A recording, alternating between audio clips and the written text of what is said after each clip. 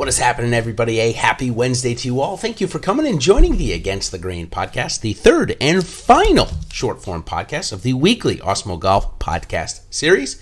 Thank you all for coming by and joining. What I like to do is keep these short and sweet, and I like to give you the most up-to-date and needed information. For example, if I tried to do this on, say, Monday afternoon, or when I do my opening tee, or even when I do the Fit in the Form podcast, if I tried to give you this information, it would all be null and void because we had two late withdrawals yesterday and two very big important ones, Dustin Johnson and Tony Finau.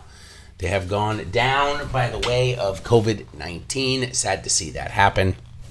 But it is the day and age we are living in, so we are just going to have to learn to try and adapt from that. So what I'm going to do here, of course, is I'm going to go over Osmo's top 10 projected owned.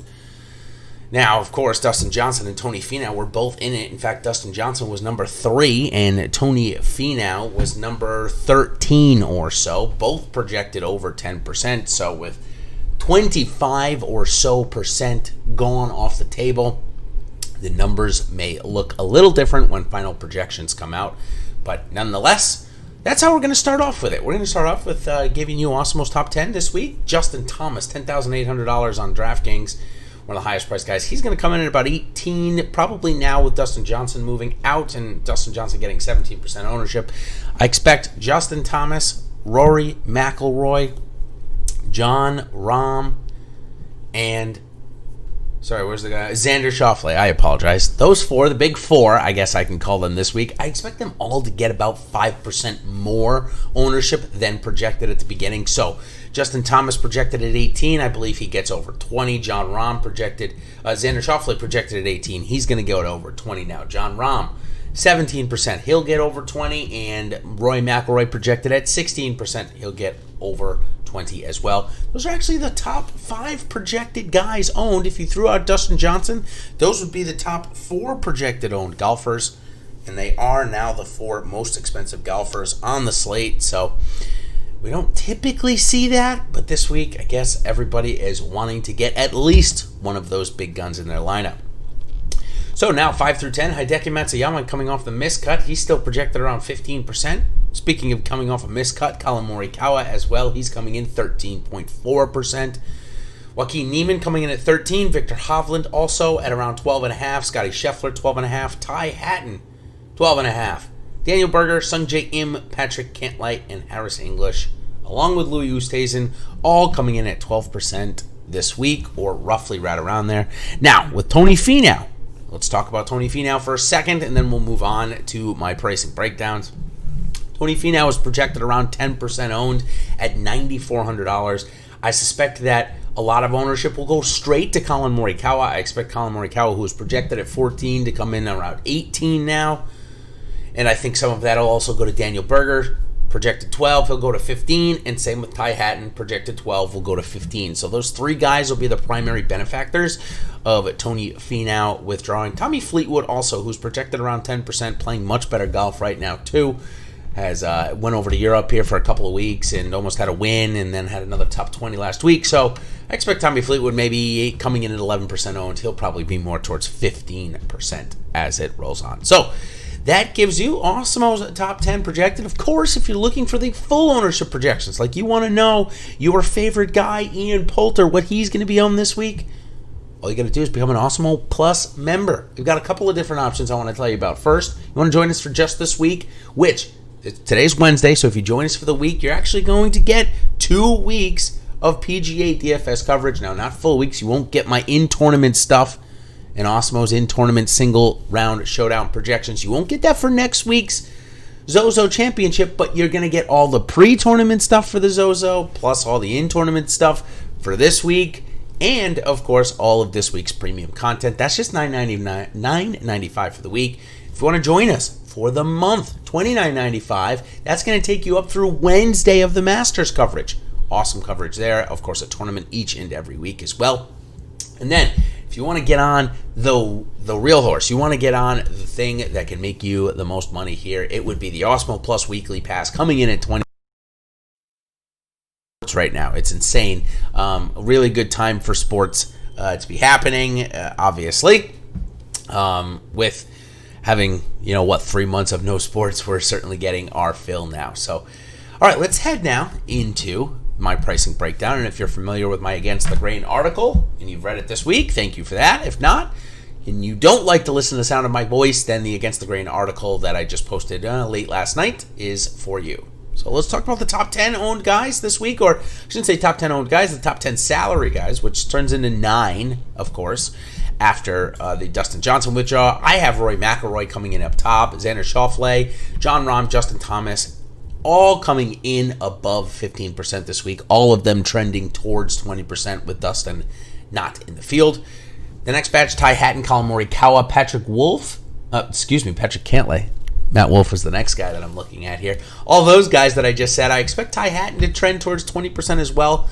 Maybe not so much for Colin Morikawa, though. It's coming off the missed cut. I think he'll be around 15%. And Patrick Cantlay and Matt Wolff, both their prices may be a little high for people to want to play as much as they want to play Xander Schauffele at $10,300. But Patrick Cantlay and Xander Schauffele, I have them in terms of long-term form really, really close. So I'll probably take the ownership discount there and head down to Patrick Cantlay, who will be about 15% owned, and Matt Wolff. We still don't know where his total upside is. We've seen Colin Morikawa obviously win a major now, win a Workday Charity Open, almost win the Charles Schwab right as we came back. So certainly Colin Morikawa is in the upper echelon of players and should be priced up here. But I think it's going to be a little bit of a sticker shock to see Matthew Wolff continually priced up here, but he certainly earned it coming off of back-to-back runner-up finishes. Should certainly be high owned, but I don't know if people are ready to pay $10,000 for him. That only leaves one other golfer here in the top 10 priced golfers on DraftKings, and that is my best friend, Brooks Koepka. Now, if Brooks Koepka was healthy and you told me he was going to be 5% owned at $9,700 in a no-cut event, I'd probably be interested in playing. But Koepka has said, and if you are interested, I linked the article in which Ryan Lavner from Golf Channel interviewed him this week extensively. I put that link there in my Against the Grain article. Basically, Koepka said that he's feeling 1,000,000 times better. Okay, first off, we know that Koepka's a liar. He's lied to us plenty of times before, so I don't know when I want to believe him there. What I do want to believe him on is that if this doesn't work, so what he did was he got some plasma injection. I don't even know how to say it. Plasma injection in his left knee because he has a torn patella tendon or semi-torn patella tendon, which we all know that in sports your patella tendon is extremely important and typically a very bad injury, worse than tearing your ACL in some certain circumstances. And he got a cortisone injection in his hip. So those two things, they don't sound great, but of course, medicine these days certainly could help him. If it doesn't work, he'll be looking at a 9-month surgery and recovery, so basically going to miss a whole year if he has to get surgery. Still, 6% owned, 7% owned this week. If you want to take a gamble, might be the time. All right, we're going to go into our middle tier now, where we've got roughly 20 golfers. And we're going to stick on this theme. We're going to maybe go a little backwards. We're going to stick on this theme of hip injuries because Gary Woodland is playing his first event since the U.S. Open where he missed the cut. And he explained after he missed the cut, of course, not before, after he missed the cut, after he played terribly, that he has a hip injury that he's been dealing with for quite some time. So, another big guy, injured, not playing his best golf. I suspect he'll be around 5% owned. Even at $7,700, which does seem like a pretty good value for what we know Gary Woodland can do, I don't know that I want to play him injured. I'd probably rather just go down to $200 and play somebody like Joaquin Niemann, who certainly is playing in good form and doesn't seem to be injured. Now we'll go back up to the top. Sungjae Im coming off one of his best weeks ball striking in quite some time. Top 15, he goes from low-owned at $9,300 to mid-owned at the mid-8s at $8,700. He'll be around 14 or 15%. Victor Hovland as well. Scotty Scheffler going to move up there. Aris English coming off a missed cut. He'll probably be about 13% owned. Hideki Matsuyama, he'll be a benefactor of the Tony Finau withdrawal.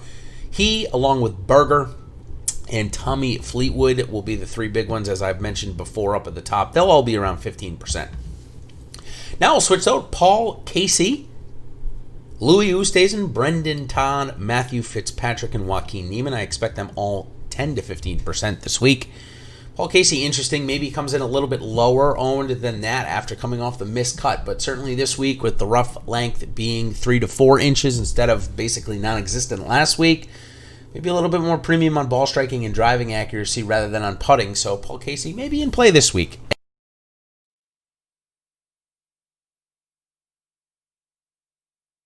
I really do suspect Abraham Answer is going to see a higher ownership than what I have projected at around 10%. Coming off of his top 6 plus a pretty reasonable salary, I suspect maybe he'll climb closer to 15 or 20%, but some of the sites still coming in have him around 10%. Now we'll move on to the against the grain plays in this section, and sadly, I don't like many of them.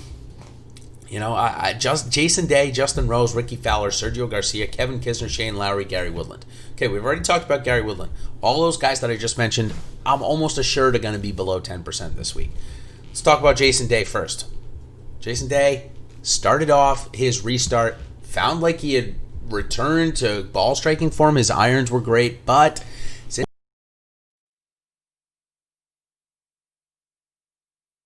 with his irons.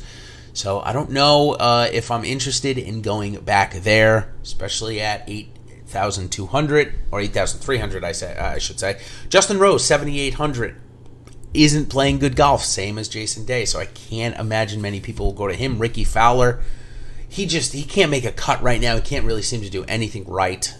Then comes Sergio Garcia, who's playing very well. I mean, the ball striking and off the tee game is maybe the best it's ever been in his career right now. These last month or so, obviously struggling in putting, but at under 10%, I think he's definitely in play, 8,400. Kevin Kisner hasn't played in a few weeks and certainly had a bit of a climax there at the Wyndham where he came T3, but under 10% owned at 7,500. I don't think he's a bad play. Shane Lowry popped off form last week. I guess he didn't end up winning the event and had a not so great weekend, but came in 13th still, so not too bad there. Shane Lowry going to be around 5% owned at 7,600. I think he might be a good target. And then the last one was Gary Woodland. Okay, let's go to the bottom tier now, as we're about 12 or 13, just about 12 minutes in here to the podcast. And we're going to talk. We've got still plenty of guys. We've got, let's see, I'm going to count it up, 49 total golfers. I think the highest owned is going to go here to Matt Kuchar. So Matt Kuchar was 7,600 last week, made the cut, had a good weekend. Now coming in at 6,900, his cheapest price in quite some time. I expect he'll be around 10% owned, as will Lanto Griffin, 60.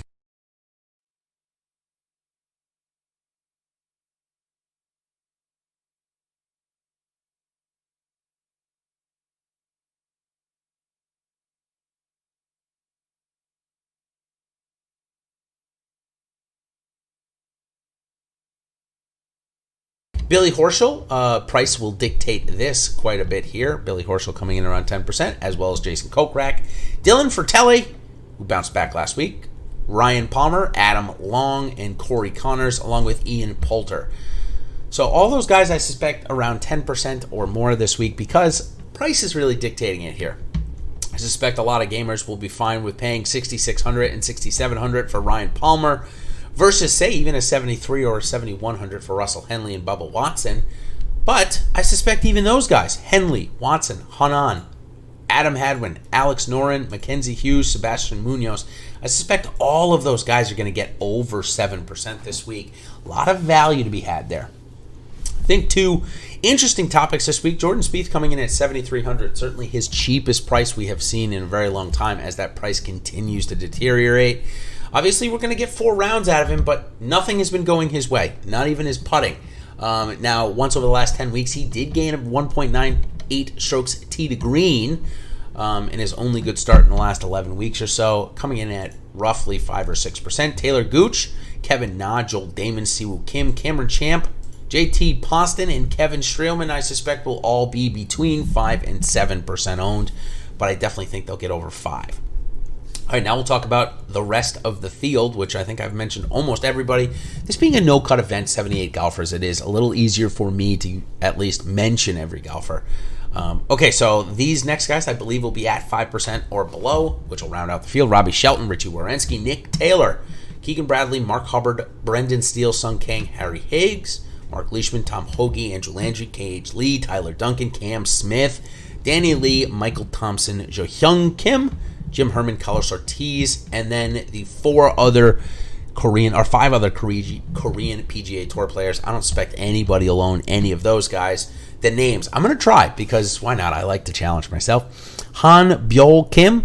We know about Taha Lee. We've seen him a couple of times before.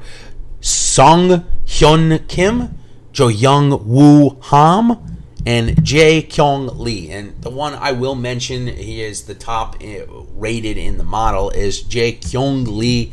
He's a 21-year-old. He's got 6 top 25s in the last 11 weeks and 5 top 10s. He's the only golfer in the field now with 5 top 10s after Dustin Johnson withdrew. Of course, if you're looking for more information like that, check out my Fit in the Form article that I post free each and every week on Osmo.com. All right, so that is all 78 golfers in the field. I've given you my projected ownership on almost all of them. Hope you can use that information to your advantage this week. Of course, going against the grain is typically the better way to go. And in fact, I can tell you from firsthand, it can cost you dearly if you try and go against what we know to be one of the most successful things in PGA DFS, maybe in all of just DFS. That is playing the lower-owned guys. Last week, of course, if you haven't heard me talk about it yet, I had the huge decision, a $40,000 decision to switch off of the low-owned Pat Cantlay and Sung Jae Im last week and switch it to the high-owned Morikawa and Matsuyama. 65% total ownership between Matsuyama and Morikawa compared to the 22% total ownership of Sung Jae Im and Patrick Cantlay last week, and I definitely am lamenting that decision still. And I'm going to tell you, this is a perfect podcast to tell you that that decision that I made is likely the wrong one 9 out of 10 times based on the leverage you get against the field and what you're trying to accomplish. The only time that it is not the right decision is maybe in a cash game format where Matsuyama and Morikawa, or you want to play the higher owned guys. You're not really looking to go leverage against the field in a cash format, so maybe that's where you play them. This was not a cash game. This was a GPP format. So there we go. That is my piece of advice, not only to you guys, but certainly to myself going forward this week. So if you're looking for more information, we're going to break down the withdrawals, any more news, so the weather and everything else tonight, 8:30 p.m. Wednesday. If you're listening this Thursday morning, then I'm talking for Wednesday night, 8:30 p.m. Ben Raz and I live before lock for our golf show. And of course, my Winning Element article coming out soon. And looking for more free content, though, at least from myself, you're going to get the 3-ball betting video that I put out each and every week. And of course, my model breakdown, which my model was a little bit late coming out this week because of all the withdrawals. I wanted to make sure that I got all the information in there. So I will be doing my model breakdown here once we update ownership and take out Dustin Johnson and Tony Finau. So until then, everybody, thank you for coming by the Against the Grain pod. I look forward to hearing your feedback from this and making sure that I'm covering everything you guys are liking to hear. So until next time, everybody, thank you for coming by the weekly Osmo podcast series. And of course, if you're listening to this individually or through YouTube, check out our Osmo Podcast Network so that when you're traveling, you have an easy way to listen to all of the content here. So thanks for joining again, guys, and we will see you on the other side. Cheers.